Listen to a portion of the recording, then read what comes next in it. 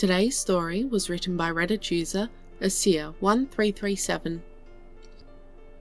James was not having a good day. First, it turns out he forgot to plug in his phone overnight, which, okay, not really that big of a deal considering it was still around 50% battery, but was a bad premonition for the rest of the day. 20 minutes later, he gets a call. It turns out it's tax season, which nobody likes. Then, after an hour, he gets an email. The guy he asked an entire week ago specifically to cover for him today flakes out on him without any warning. Then, after screenshotting that very email to the boss and rushing to get to work, turns out they decided fuck him. Let's throw him out in space, even though he's just an engineer. And now he's up here, stranded in the void between worlds, cursing the lot of them inside a spacesuit as he's stuck slamming a goddamn wrench on a satellite. Should have known from the start that a $40 per hour pay rate was too good to be true, even as something as high spec as an engineer. No big corpo would ever be willing to shill out that much without shoving an employee ass first into the grinder. Now, any small slip up, and he could be having a no casket burial. It was in the middle of his griping that he spotted something that very much did not seem normal. It was like one of those spots in your vision you get from staring at the sun for too long, except it didn't move with your vision. Well, shit. This was something that is entirely out of his ability to handle. He did not even have a clue on what the issue was.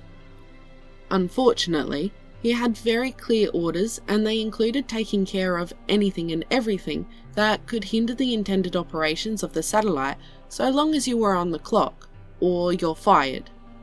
When his shift was over, he swore he was going to send in his notice and get the fuck out of there. And then he noticed something very, very wrong. He was feeling gravity in space.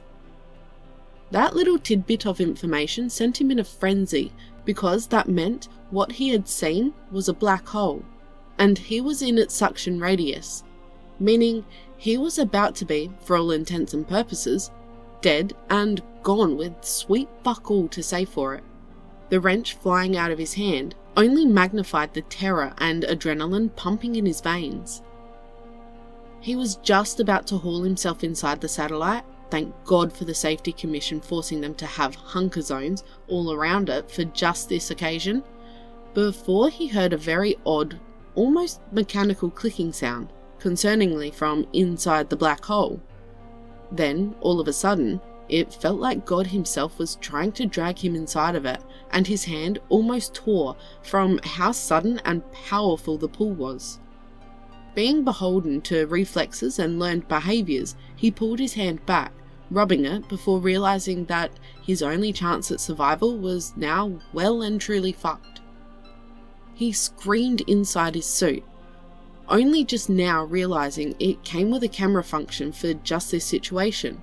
He slammed on the button to activate it, the red dot in the corner of his vision doing nothing to assuage his living nightmare. As the inky blackness slowly crept into his vision, as he fell through the black hole, he closed his eyes. Before being assaulted by a myriad of voices he couldn't be bothered to parse. After opening his eyes, he realised that he may very damn well have just stumbled onto a conspiracy, because he was falling through what seemed like some kind of detainment facility. For something. James honestly couldn't tell you, because everything seemed like it'd be more at home in some tabletop fantasy game, rather than whatever the hell this facility was.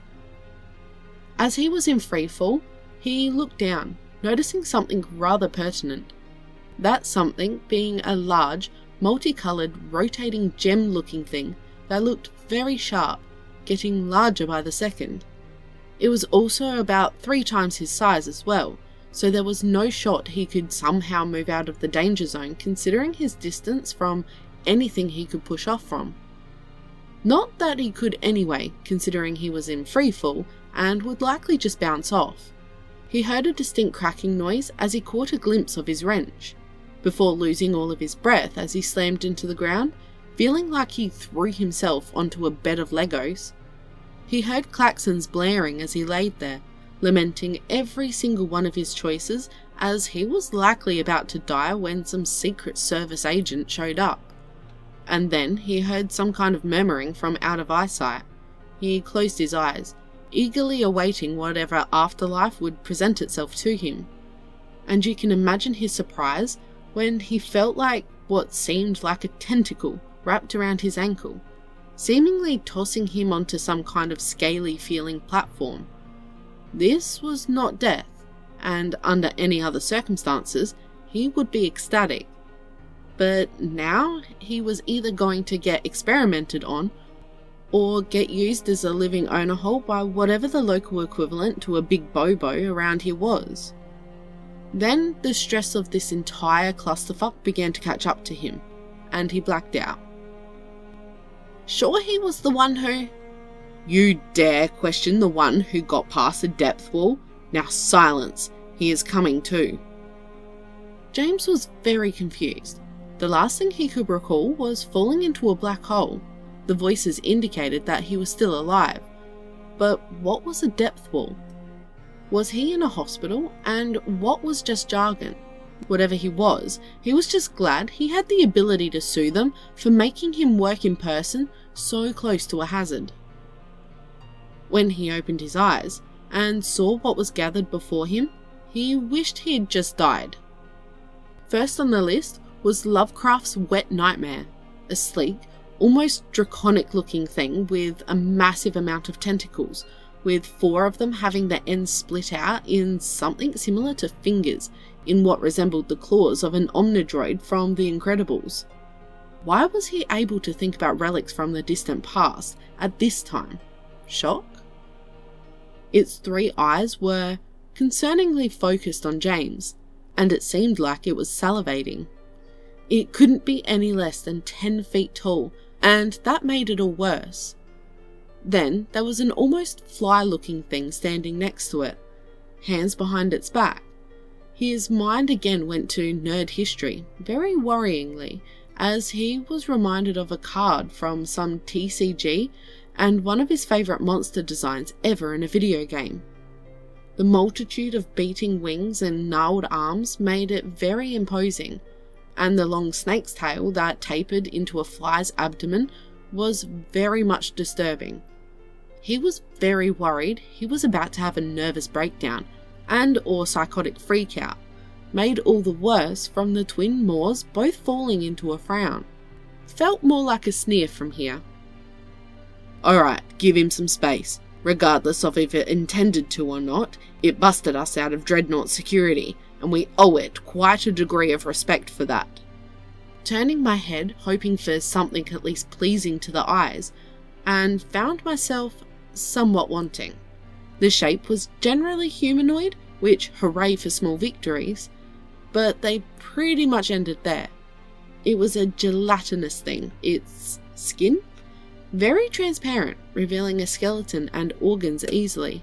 A single eye was located in the centre of the chest, and it looked distressingly bloodshot. Now then, mind giving us a name before we introduce you to the others? I'm so fucked, aren't I? Was the only thought in James's head.